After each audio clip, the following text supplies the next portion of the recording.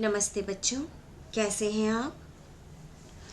हम अब तक अपने 2 व्याख्यान आपको बता चुके हैं, जिसमें अपने प्रबंध की परिभाषा पढ़ ली है और प्रबंध प्रक्रिया के बारे में पढ़ा है। प्रबंध प्रक्रिया हमने शुरू कर दी थी बच्चों। हमने ये जान लिया था कि उसके 4 चरण हैं: नियोजन, संगठन, नियंत्रण और मूल्यांकन। और हमने नियोजन की परिभाषा और महत्व के बारे में भी पढ़ लिया है। अब हम आज पढ़ेंगे नियोजन की विशेषताओं के बारे में, भाग 2 में। बच्चों, सभी व्यक्ति हर क्षेत्र में योजना बनाते हैं। कोई किसी कार्य के लिए, कोई किसी कार्य के लिए, जैसे कि विद्यार्थी अव्वल आने के लिए, उद्योगपति अपने उद्योग में सफल होने के लिए, ठीक है, परिवार का मुखिया अपने परिवार की उन्नति के लिए। सभी व्यक्ति योजनाएं बनाते हैं और ये योजना बहुत ही महत्वपूर्ण चीज़ है बच्चों, क्योंकि योजना बनाना हमारे जीवन का एक अभिन्न अंग है। क्योंकि योजना में निम्न विशेषताएं पाई जाती है। सबसे पहली विशेषता है कि योजना का उद्देश्य एवं लक्ष्य पर आधारित होना। बच्चों, हम योजना बनाएंगे ही इसलिए क्योंकि हमारे सामने कोई उद्देश्य है या कोई लक्ष्य है। कोई उद्देश्य या लक्ष्य हमें जिसकी प्राप्ति करनी है, और अगर हमें किसी लक्ष्य की प्राप्ति करनी है, उद्देश्य की प्राप्ति करनी है, तो निश्चित ही हमें योजना बनानी ही पड़ेगी। बच्चों, योजना पूर्व निर्धारित उद्देश्य और लक्ष्य की प्राप्ति के लिए किया जाता है। पहले हम लक्ष्य का निर्धारण करते हैं कि हमें क्या प्राप्त करना है, उसके बाद हम उसके लिए योजना बनाते हैं। क्योंकि बिना लक्ष्य के और बिना उद्देश्य के योजना हम बना ही नहीं सकते। क्योंकि किसके लिए योजना क्यों बनाई जाए, किसके लिए बनाई जाए और किस चीज़ को ध्यान में रखकर बनाई जाए, इसलिए उद्देश्यों एवं लक्ष्यों की प्राप्ति का एकमात्र साधन होता है बच्चों योजना बनाना। इसीलिए बच्चों, बिल ई गेट्स ने कहा भी है कि नियोजित निर्धारित लक्ष्यों पर ध्यान केंद्रित करते हुए एक निरंतर समन्वित प्रयासों को प्राप्त करना नियोजन है। यानी कि बच्चों, हमारे सामने कोई उद्देश्य है या कोई लक्ष्य है। जैसे कि बच्चों, हम एग्जाम्पल ले लेते हैं कि आप फर्स्ट ईयर में पढ़ रहे हैं, प्रथम वर्ष कला के आप स्टूडेंट हैं, और यहाँ पर प्रथम वर्ष में आपने अपना कुछ तो लक्ष्य सेट किया ही होगा। जब आपने यहाँ एडमिशन लिया है तो पहला लक्ष्य तो आपका ये बन गया बच्चों कि आपको ग्रेजुएशन करना है, ठीक है। ये एक लक्ष्य आप निर्धारित कर चुके हैं, और ग्रेजुएशन करने में एक बड़ा लक्ष्य है, ये 3 साल का लक्ष्य है। तो 1 साल का आपने छोटा लक्ष्य निर्धारित कर लिया कि आपको फर्स्ट ईयर पास करना है। और फर्स्ट ईयर ऐसे ही पास नहीं करना है बच्चों, बहुत अच्छे तरीके से पास करना है, 80-90% ला करके पास करना है। तो इसके लिए आपको क्या करना पड़ेगा? इसके लिए आपको एक अच्छी पढ़ाई हो जाए, इसके लिए सुनियोजित योजना बनानी पड़ेगी। तो बच्चों, नियोजन का उद्देश्य एवं लक्ष्य पर आधारित होना तय है। दूसरी विशेषता आती है बच्चों नियोजन की, वो है सर्वव्यापकता। नियोजन की बच्चों बहुत ही महत्वपूर्ण विशेषता है, क्योंकि हर व्यक्ति, चाहे वो किसी भी क्षेत्र से संबंधित हो, वो बालक हो, युवा हो, प्रौढ़ हो, वृद्ध हो, कोई भी व्यक्ति हो और किसी भी क्षेत्र से जुड़ा हुआ हो, घर से लेकर के राष्ट्र निर्माण के क्षेत्र तक की हम बात करते हैं बच्चों, किसी भी क्षेत्र से जुड़ा हुआ हो, सभी व्यक्ति योजना बनाते हैं। छोटे छोटे बच्चे भी योजना बनाते हैं कि अगर हम छुट्टियों पर जाएंगे तो हम क्या करेंगे, कैसे दिन बिताएंगे, कितने सामान ले जाएंगे, कहाँ जाएंगे, किस किस खिलौने को। अगर वो ग्रुप में इकट्ठा होते हैं ना बच्चों, आपने बच्चों की बातें सुनी हैं, बच्चों को देखा होगा, आपने भी किया होगा कि जब आप ग्रुप में इकट्ठे होते हैं तो क्या गेम खेलना है, कैसे खेलेंगे, कहाँ खेलेंगे, ये सब बातें बच्चे सोचते हैं। तो ये सब वो क्या कर रहे हैं बच्चों? योजना बना रहे हैं। तो बच्चों, योजना की जो प्रक्रिया है, जिसे कि हम नियोजन कहते हैं, ये सर्वव्यापक है। प्रत्येक व्यक्ति और प्रत्येक क्षेत्र में योजना बनाई जाती है। अब आते हैं हम बच्चों इसकी अगली विशेषता पर, एकता। ये भी बहुत महत्वपूर्ण विशेषता है बच्चों। कार्यों को हम सफलतापूर्वक निष्पादित कर सकें, इसके लिए बहुत आवश्यक है बच्चों की एक समय में एक योजना बनाई जाए और उसको निष्पादित किया जाए। क्योंकि बच्चों एक ही समय में अगर कई सारी योजनाओं को एक साथ कार्य रूप में परिणत करने का कार्य किया जाएगा तो इससे ये हो सकता है कि किसी भी लक्ष्य की प्राप्ति नहीं हो पाए। क्योंकि बच्चों इससे भ्रम फैलता है, अव्यवस्था फैलती है, साधनों की कमी महसूस होती है और योजनाओं का सही ढंग से संचालन नहीं हो पाता है। हाँ बच्चों, ये काम हो सकता है कि किसी एक बड़ी योजना को बनाकर उसको अच्छे से निष्पादित करने के लिए उसकी कई उप योजनाएं तैयार की जा सकती है। जैसे कि हम आपको अभी कोरोना काल में, जबकि आप कॉलेज नहीं आ रहे हैं, महाविद्यालय नहीं आ रहे हैं, फिर भी आपकी पढ़ाई का नुकसान नहीं हो, आपका ये वर्ष नष्ट नहीं हो, इसके लिए हम आपको वीडियो पर ये लेक्चर दे रहे हैं। ठीक है, तो ये वीडियो पर लेक्चर देना बच्चों एक बड़ी योजना का एक छोटा हिस्सा है, उप योजना है। सरकार चाहती है, गवर्नमेंट चाहती है हमारी कि बच्चों का नुकसान नहीं हो, इसके लिए इस प्रकार के निर्देश दिए जाते हैं, इसके लिए हम ये कार्य करते हैं और आपके सामने ये वीडियो प्रस्तुत हो रहा है। तो एक बड़ी योजना के तहत कई प्रकार की छोटी योजनाओं का, उप योजनाओं का निष्पादन हो सकता है और हम अपने लक्ष्यों को प्राप्त कर सकते हैं। तो उसमें एकता होनी ज़रूरी है। बड़े उपक्रम जो होते हैं, जो बड़े उद्योग होते हैं बच्चों, उनमें भी कई छोटी छोटी उपयोजनाएं होती है। इसी प्रकार बच्चों भारत सरकार द्वारा स्थापित जो योजना आयोग है यानी कि प्लानिंग कमीशन है, वो भी कई प्रकार की योजनाएं बनाते हैं और अलग अलग क्षेत्र में उनसे निष्पादित भी किया जाता है उपयोजनाओं के द्वारा। अब हम बात करते हैं कि नियोजन अनुमानों पर आधारित प्रक्रिया है। बिल्कुल सही बात है बच्चों, हम योजना बनाते हैं किसके लिए? भविष्य में प्राप्त किए जाने वाले लक्ष्यों और उद्देश्यों के लिए। ठीक है ना, उसी के लिए हम योजना बना रहे हैं। और भविष्य क्या है बच्चों? भविष्य का तो हमें पता ही नहीं है कि भविष्य में क्या और कैसे होगा। तो हम भविष्य में होने वाले कार्यों को और उन लक्ष्यों को प्राप्त करने के लिए जो कार्य करते हैं, जो कार्य निर्धारित करते हैं और जो परिणाम उसका होगा, हम पहले से ही अनुमान लगाते हैं। फिर इस अनुमान के आधार पर समस्याओं को देखते हैं, उनको विश्लेषित करते हैं और उनका समाधान भी पहले से ही ढूंढ करके रख लेते हैं। तभी तो बच्चों योजनाएं सफल हो पाती है। क्योंकि हमें थोड़ी पता है बच्चों कि भविष्य में क्या है, नहीं पता है ना, लेकिन हम भविष्य में क्या हो सकता है इसका हम पूर्वानुमान लगाते हैं, उन्हीं समस्याओं को विश्लेषित करते हैं, उसके आधार पर ही हम अपनी योजना बनाते हैं। इसीलिए कहा जाता है बच्चों कि योजना पूर्वानुमानों पर आधारित प्रक्रिया है। नेक्स्ट विशेषता है बच्चों की नियोजन की पारस्परिक निर्भरता। बच्चों एक योजना दूसरी योजना पर निर्भर करती है और अंतर संबंधित भी होती है। बच्चों हम इसे एक उदाहरण के द्वारा समझ सकते हैं और उदाहरण हम आप ही का लेंगे। आपने अभी बीए फर्स्ट ईयर में प्रवेश लिया है, किसके लिए लिया है? ग्रेजुएशन करने के लिए। 3 साल आप पढ़ाई करेंगे, first year, second year, third year, और इससे आपको ग्रेजुएशन की डिग्री मिलेगी, राइट? इसलिए आपने बीए प्रथम वर्ष में एडमिशन लिया है।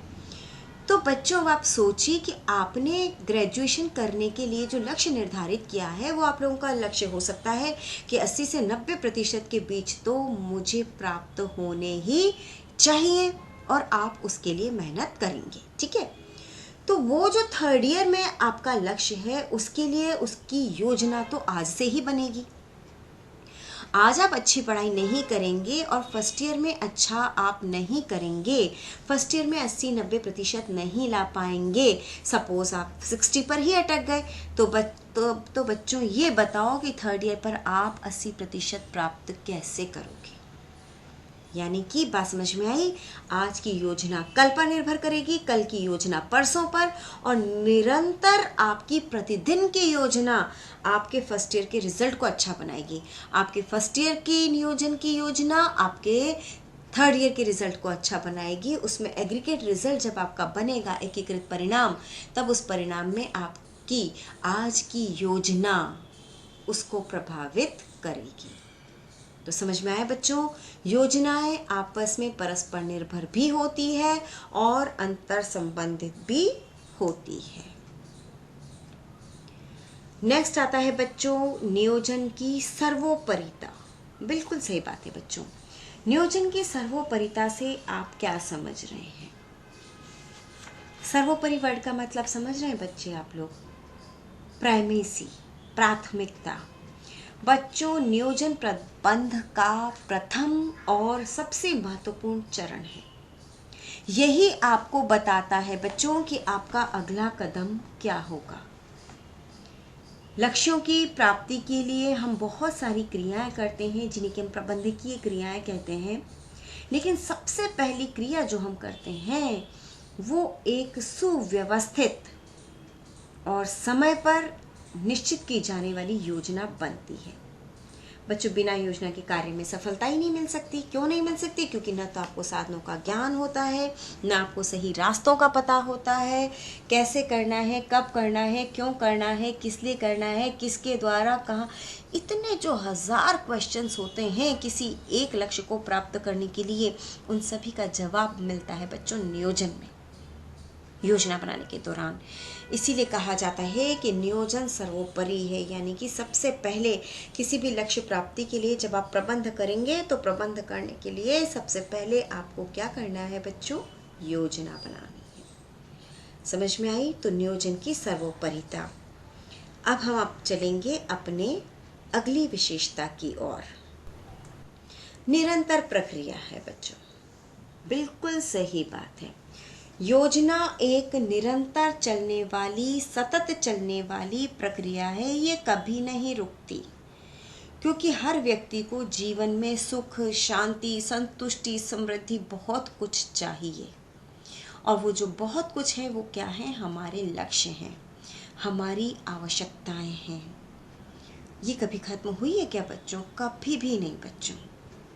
हमारे लक्ष्य और आवश्यकताएं कभी समाप्त नहीं होते हैं। एक के बाद दूसरी, दूसरे के बाद तीसरी। एक को हम पूरा करते हैं, दूसरी खड़ी हो जाती है, दूसरे को पूरा करते हैं, तीसरी उत्पन्न हो जाती है। तो इस तरह से आवश्यकताओं और लक्ष्यों का सिलसिला कभी खत्म नहीं होता। और क्योंकि आवश्यकताओं और लक्ष्यों का सिलसिला खत्म नहीं हो पाता तो हमें प्रबंध करना पड़ेगा। और प्रबंध अगर हमें करना है तो सबसे पहला कार्य ही हमें योजना बनाने का करना पड़ेगा।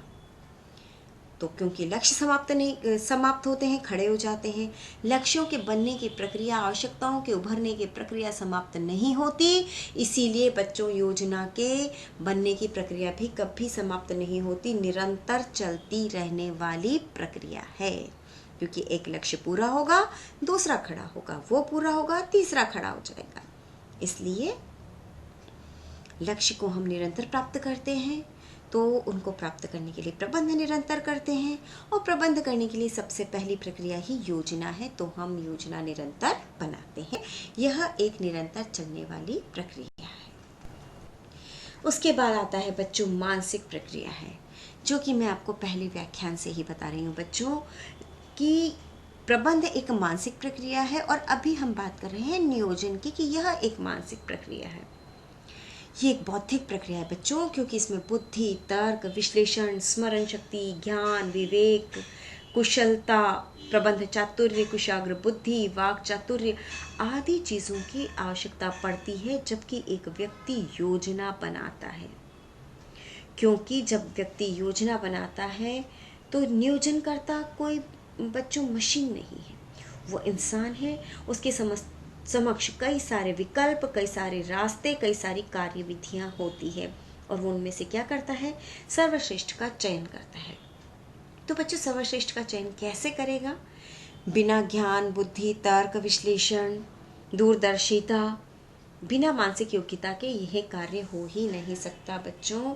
और इसीलिए हेयंस और मैसी ने नियोजन की इस विशेषता को स्वीकार करते हुए लिखा है कि नियोजन एक बौद्धिक प्रक्रिया है जिसके लिए सृजनात्मक चिंतन और कल्पना की आवश्यकता होती है। तो नियोजन एक मानसिक प्रक्रिया है। विभिन्न वैकल्पिक क्रियाओं में से सर्वोत्तम का चयन करता है नियोजन। ये तो बच्चों आपको पता है, हमने अभी जब पिछले व्याख्यान में बात की थी नियोजन की परिभाषा की, तो उस परिभाषा में हमने एक लाइन पढ़ी थी बच्चों कि विभिन्न संभावित मार्गों में से सर्वोत्तम का चयन करना नियोजन है। वो जो विभिन्न संभावित मार्ग है ना बच्चों, वही यहाँ पर वैकल्पिक क्रियाओं के रूप में प्रयोग में लिया गया है। नियोजन की प्रमुख विशेषता होती है बच्चों कि जो हमारे सामने कई सारे रास्ते हैं और जो विभिन्न वैकल्पिक क्रियाएं हैं, इनमें से बेस्ट का चयन करना। क्योंकि बच्चों आपके सामने जब आपने 12th क्लियर की, कई सारे रास्ते होंगे कि आपको क्या करना चाहिए, लेकिन कहीं ना कहीं आपको बेस्ट लगा ग्रेजुएशन करना, इसलिए आपने कॉलेज में एडमिशन लिया है। ठीक है। फिर बच्चों वो घर हो, कोई बिजनेस हो या फिर कोई भी संस्था हो, हर जगह लक्ष्य की प्राप्ति इसी पर निर्भर करती है कि आप बेस्ट का चयन कैसे करते हैं।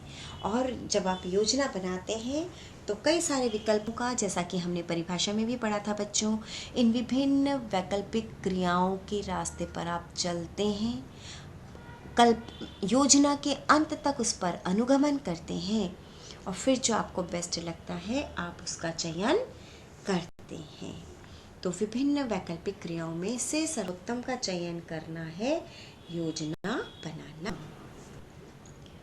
नियोजन एक लचीली और परिवर्तनशील क्रिया है बच्चों, और ऐसा होना बहुत अधिक ज़रूरी है क्योंकि योजना की प्रकृति लोचमय होगी तभी इसमें समय, परिस्थिति और कार्य के स्वरूप में परिवर्तन आने पर योजना में परिवर्तन किया जा सकता है। तभी तो बच्चों हम लक्ष्य को प्राप्त कर पाएंगे। क्योंकि बच्चों योजना हम किसके लिए बनाते हैं?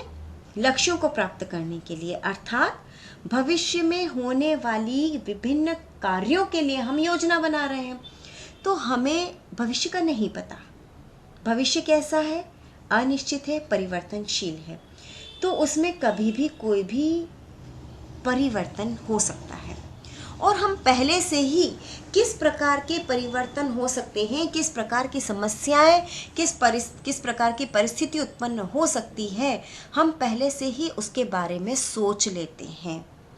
इसीलिए बच्चों हम अपनी योजना लचीली बनाते हैं ताकि उसमें समय परिस्थिति के अनुसार परिवर्तन किया जा सके। बच्चों इसके लिए एलन, एक होम साइंटिस्ट हैं, उन्होंने कहा कि नियोजन भविष्य को पकड़ने के लिए बनाया गया एक पिंजरा है जिसमें कि हम भविष्य को पकड़ सकते हैं। लेकिन फिर भी बच्चों समय हमारे नियंत्रण में नहीं होता है, परिस्थितियां हमारे नियंत्रण में नहीं होती है, इसलिए योजना लचीली होनी चाहिए। तो बच्चों आज हमने पढ़ा नियोजन की विशेषताओं के बारे में, आपको अच्छे से समझ में आ रहा होगा। आप पढ़ें और नोट्स बनाएं। धन्यवाद। Thank you.